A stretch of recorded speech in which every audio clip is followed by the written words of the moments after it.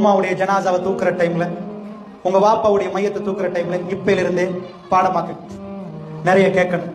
அவங்களை கொண்டு போய் கபரில் அடக்கிட்டு வந்த பிறகு அவங்க தனிமை ரசூலுல்லாஹ் சொல்றாங்க, அடக்கிட்டு போக்கல கடைசியா போறவருடைய காலடி சப்தத்தை அல்லாஹ் கேட்க வைப்பான். ஜனாசா எல்லாரும் என்ன விட்டுட்டு போறாங்க.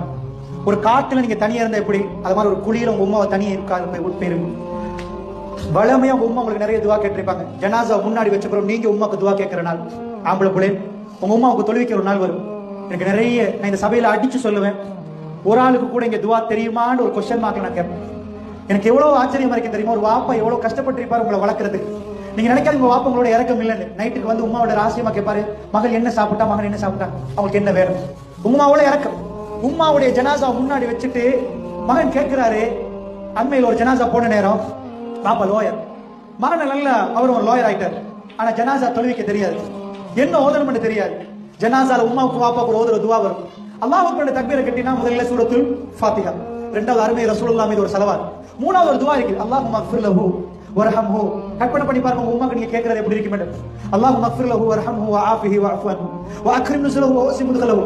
எத்தனை பேருக்கு உம்மாவுக்கு எத்தனை பேருக்கு கேட்க தெரியும் முன்னாடி உம்மா வச்சிட்டு. இவ்வளவு நாள் உம்மா உங்களுக்கு நிறைய துவா கேட்டிருப்பாங்க, இதுக்கு மேல இன்னைக்கு அவங்களுக்கு கேட்க இயலாது. நீங்க கேட்கறது தான் உங்களுக்கு பின்னாடி உள்ள மக்கள் கேட்கறதா அங்க சேர போகுது.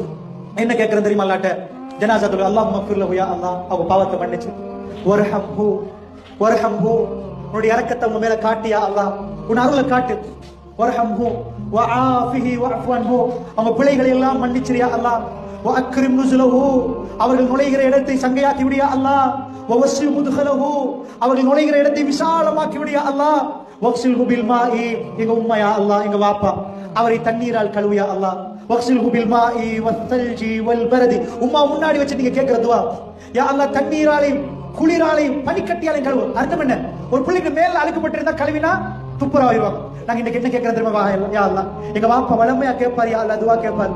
இன்னைக்கு அவர் கேட்க முடியல, அந்த துவாவை நாங்க என்ன கேட்கிறோம், கழுவுன்னா என்ன, கழுவினா தண்ணியால கழுவுன்னு அர்த்தம் என்ன, பாவத்தை கழுவியால ஒட்டி இருந்தா